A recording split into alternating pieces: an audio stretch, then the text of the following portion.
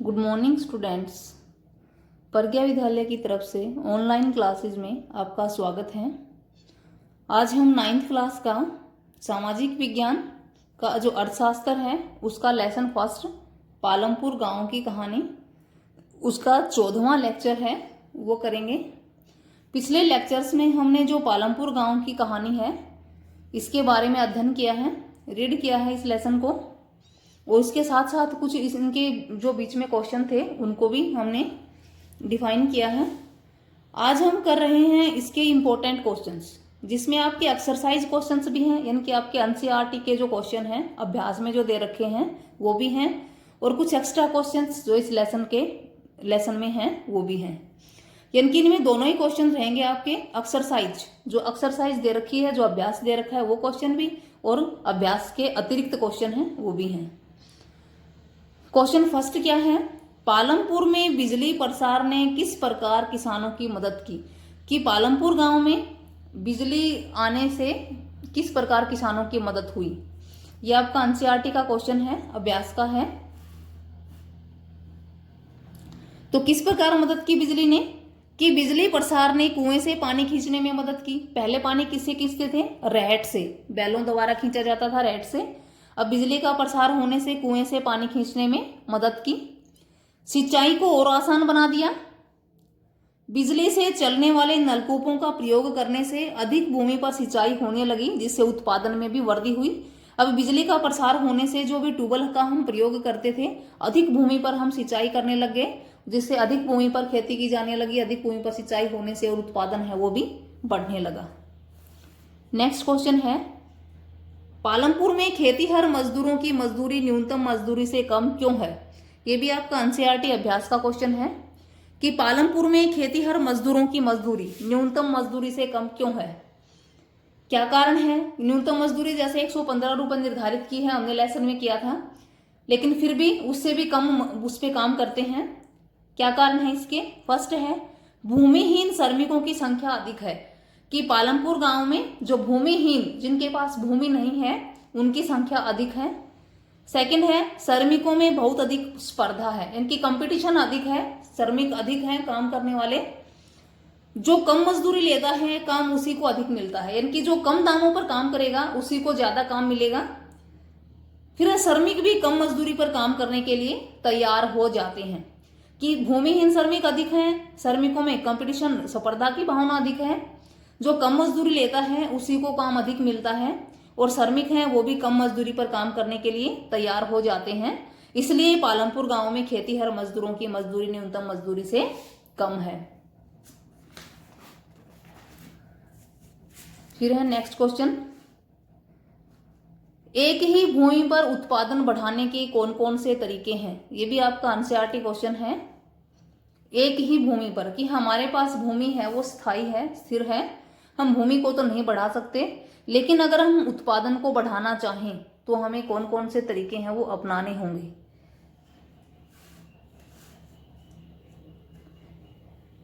क्या है कि एक ही भूमि पर उत्पादन बढ़ाने के निम्नलिखित तरीके हैं। फर्स्ट है, बहुविध फसल प्रणाली अपनाकर।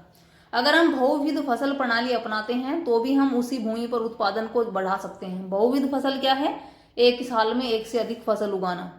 आधुनिक कृषि विधियों का उपयोग करके, कि जो नई तकनीक है, हम परंपरागत जो पुरानी तकनीक है, पुरानी विधियों से, पुराने तरीके से जो हम खेती करते आ रहे हैं उसको छोड़ के अगर हम नई तरीके से जो कृषि विधियां अपनाते हैं तो जो उत्पादन है वो अधिक होता है।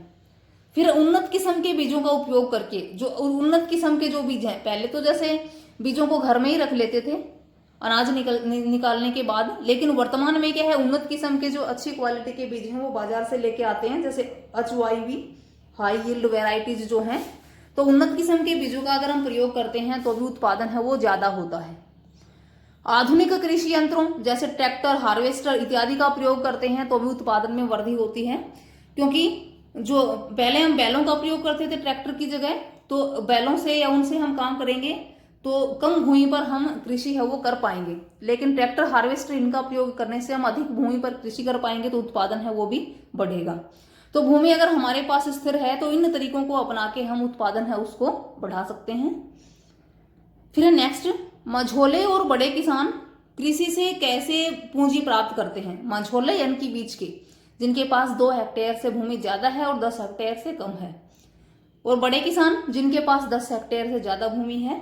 ये छोटे किसानों से कैसे भिन्न है?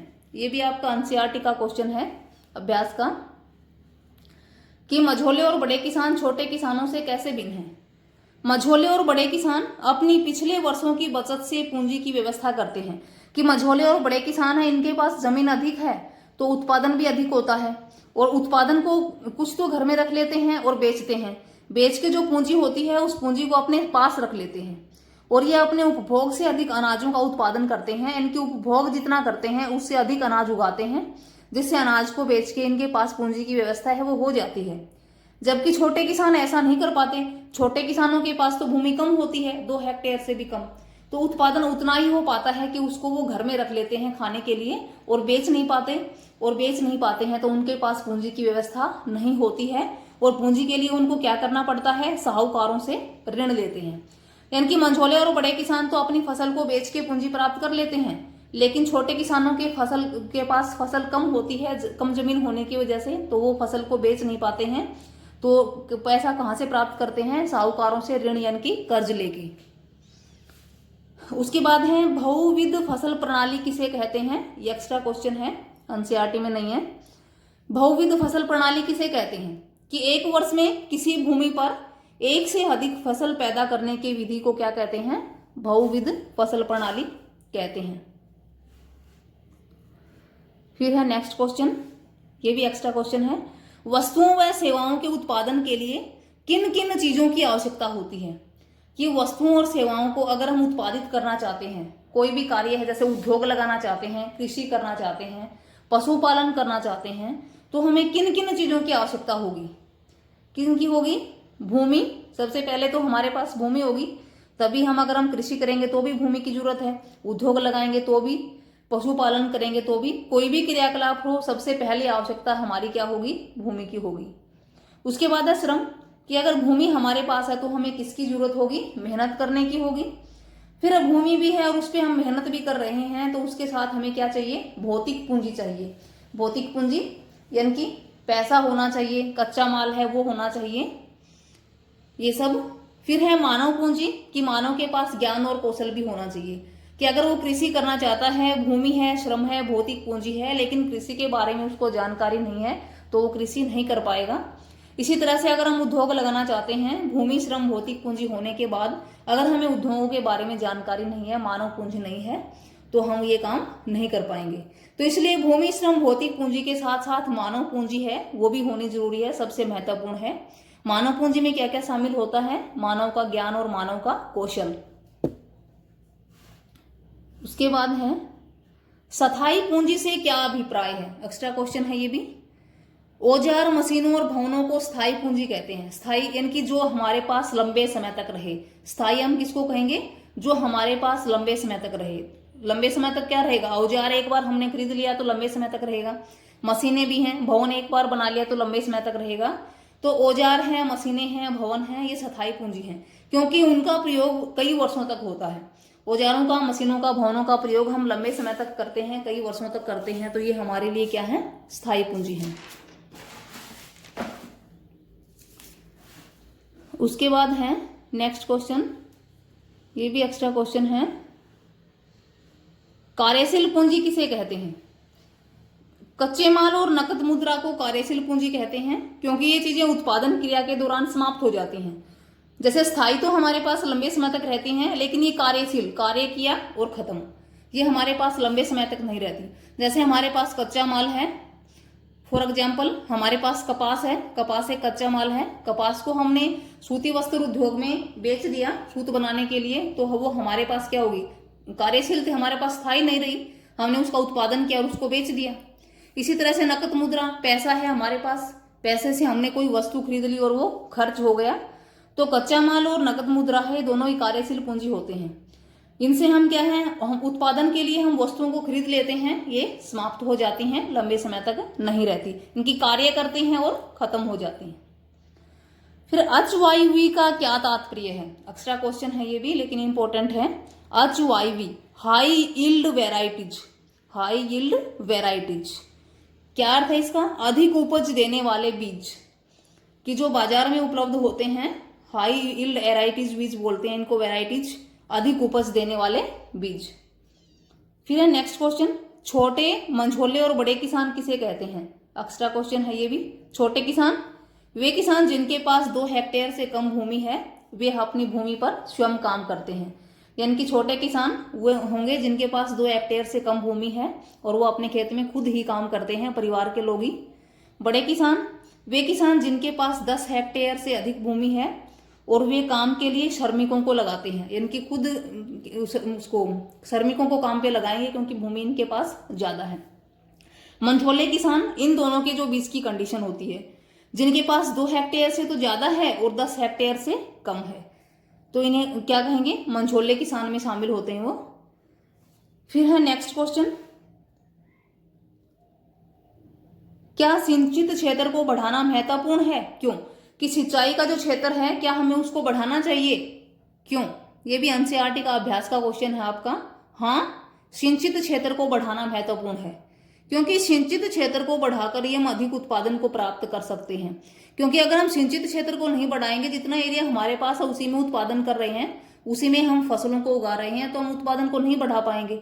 हम ज्यादा एरिया की सिंचाई करेंगे, ज्यादा एरिया पर जो फसल है उसको उगाएंगे, तो हम उत्पादन को बढ़ा सकते हैं। तो सिंचित क्षेत्र को बढ़ाना हमारे लिए महत्वपूर्ण है। फिर है नेक्स्ट क्वेश्चन, पालमपुर के 450 परिवारों में भूमि के वितरण की एक सारणी बनाइए।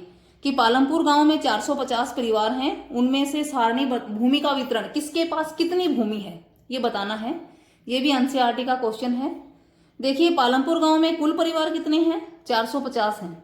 अब दलित परिवार कितने हैं? 1/3, इनके 150 हैं।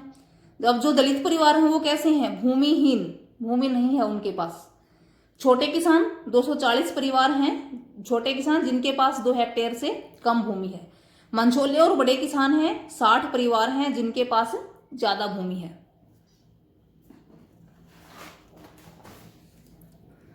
फिर है नेक्स्ट क्वेश्चन, 1 हेक्टेयर भूमि के मालिक किसान के कार्य का ब्यौरा दीजिए। एनसीईआरटी का क्वेश्चन है ये भी अभ्यास का, कि 1 हेक्टेयर भूमि है एक मालिक के पास, क्या कार्य करेगा वो? 1 हेक्टेयर भूमि पर्याप्त आय का स्रोत है, वो नहीं होती है। कि 1 हेक्टेयर भूमि से हम इतना अधिक नहीं प्राप्त कर सकते कि वो हमारे लिए आय का पर्याप्त स्रोत बन जाए। इतनी भूमि से आवश्यकताओं की पूर्ति भी नहीं की जा सकती। इसलिए 1 हेक्टेयर भूमि के मालिक को कृषि के साथ साथ गैर आर्थिक क्रियाएं हैं वो भी करनी पड़ती हैं। कि अगर किसी मालिक के पास 1 हेक्टेयर भूमि है तो उसकी आय का पर्याप्त स्रोत है वो नहीं है, उसकी आवश्यकताओं की पूर्ति नहीं होती है, तो कृषि के साथ क्या करेगा? गैर आर्थिक क्रियाएं करनी पड़ेंगी। या तो पशु पालेगा या फिर किसी फैक्ट्री वगैरह में काम करेगा, कोई भी जो दूसरा क्रियाकलाप है उसको साथ साथ करना पड़ेगा ताकि वो अपनी आवश्यकताओं की पूर्ति है उनको कर सके। फिर नेक्स्ट है, आपके क्षेत्र में कौन से गैर कृषि उत्पादन कार्य हो रहे हैं?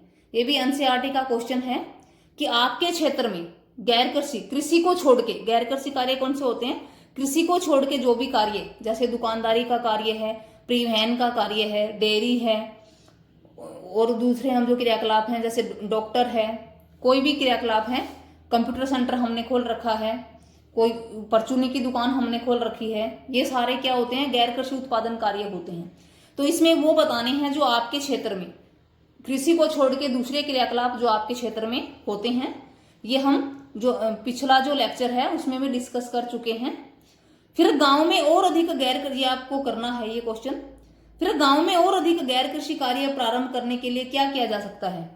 कि आपके गांव में जितने भी गैर कृषि कार्य हैं उनको अगर आप और बढ़ाना चाहते हैं, जैसे आपके गांव में कंप्यूटर सेंटर है, आपके गांव में परचूनी की दुकान है, इस तरह के जो गैर कृषि कार्य हैं, अगर आप और वृद्धि करना चाहेंगे तो आप क्या करेंगे?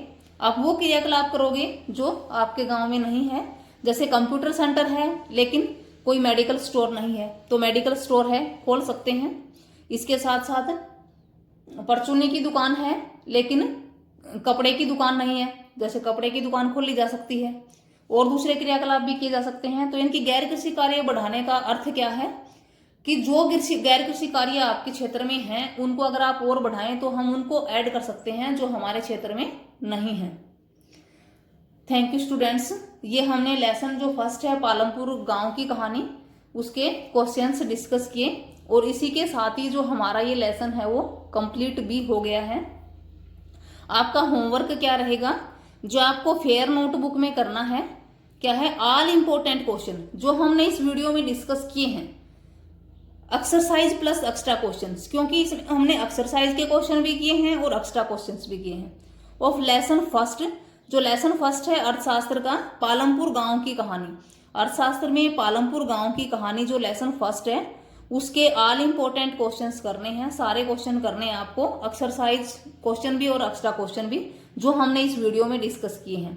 किसमें करने हैं ये आपको, फेयर नोटबुक में करने हैं, राइट भी और लर्न भी।